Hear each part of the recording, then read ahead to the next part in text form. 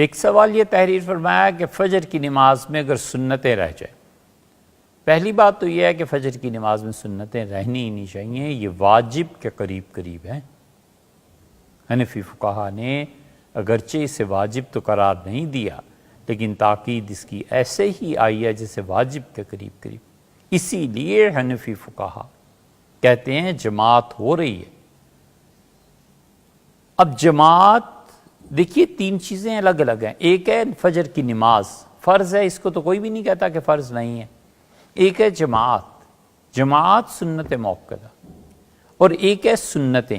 جب جماعت اور سنن موقدہ کا تقابل آ جائے گا تو جتنا رسول اللہ صلی اللہ علیہ وسلم نے زور دیا ہے فجر کی دو سنتوں پہ، جماعت کی تاکید اس سے کم ہے۔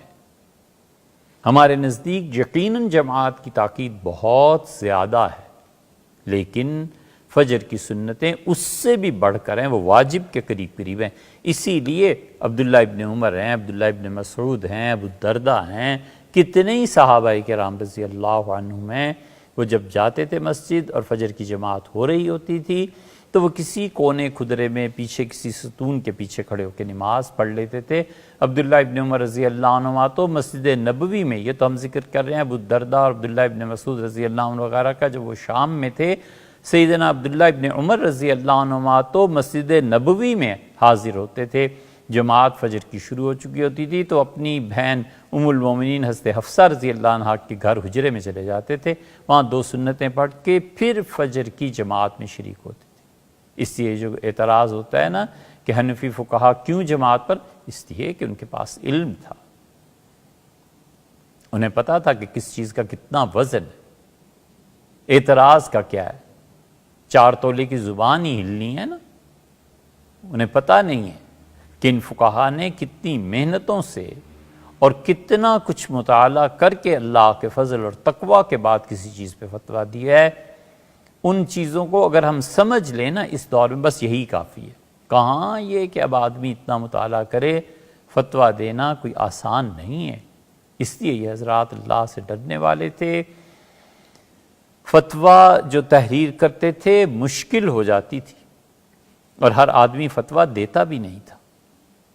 تو اس لیے سنن موقدہ ہمارے نزدیک چونکہ جماعت سے بھی افضل ہے، جماعت سے بھی زیادہ ضروری ہے، اس لیے کہا گیا ہے کہ وہ کسی کونے میں، کسی ستون کے پیچھے، مسجد میں پچھلی صف میں، کہیں اور وہ فجر کی سنتیں پڑھ لیں۔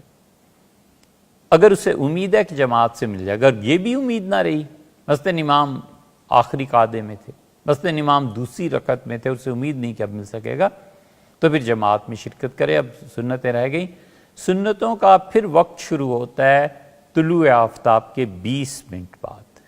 20 منٹ جب پورے ہو جائیں اور سورج کی کرنیں نکھر جاتی ہیں، بادلوں سے یا کسی اور وجہ سے سورج نہ بھی نظر آ رہا ہو، کوئی حرج نہیں ہے، 20 منٹ کے بعد اسے چاہیے کہ وہ سنتیں پڑھ لے۔ اور پھر کب تک ہے؟ سنتوں کا وقت زوال سے 50 منٹ پہلے تک ہے۔ مثلا نقشہ دیکھا، 12 بجے زوال کا وقت لکھا ہوا ہے نا، تو 11:10 تک یہ انتہائی وقت ہے فجر کی سنتیں پڑھنے کا۔ شروع ہوا طلوع آفتاب کے 20 منٹ بعد، 5 بجے سورج چڑھ رہا ہے، 5:21 پر سنتیں پڑھ لے فجر کی۔ کتنا وقت ہے؟ 12 بجے ٹھیک زوال ہو رہا ہے، اس 12 سے 50 منٹ کو نکالے، مائنس کرے تو 11:10 رہ گئے۔ 11:10 جو ہے نا، اس سے پہلے پہلے سنتیں پڑھی جا سکتی۔ یہ وقت ہے فجر کی سنتوں کے پڑھنے کا، لیکن اگر فجر کی سنتیں اس میں پڑھ لے تو اچھا ہے، نہ پڑھے تو اب اس انسان کے لیے کوئی ایسی چیز نہیں ہے، کوئی گناہ نہیں ہے، اس لیے کہ وہ اصل وقت تو اس کے لیے گزر گیا۔ وہ گناہ ہو تو الگ سے بات ہے، لیکن اس پہ اب سنتوں کی وہ اہمیت اپنی جگہ پر نہیں رہتی جو وقت کے اندر پڑھنے کی تھی۔ یہ بات بھی خیال میں رکھ لینی چاہیے، ایک تو سنتوں کا درجہ وہ نہیں رہا جو فرائض سے پہلے ادا کرنے کا تھا، اور دوسری بات یہ ہے کہ یہ صرف فجر کی سنتیں ایسی ہیں جن کے لیے قضا یا جن کے لیے ہے کہ پڑھ لے بہتر ہے، اچھا ہے۔ باقی جتنی نمازیں بھی ہیں نا، ان کی وہ سنن موقدہ جو فرائض کے بعد ہیں، اگر کسی انسان نے فرض کی قضا کی تو ان سنتوں کی بھی قضا بعد میں کرے گا۔